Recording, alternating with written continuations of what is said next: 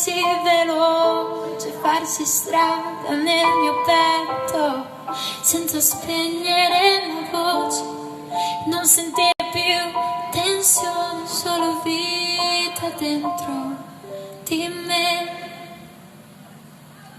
Nessun grado di separazione, nessun tipo di esitazione, non c'è più nessuna divisione fra di noi, siamo una sola direzione in questo universo che si muove.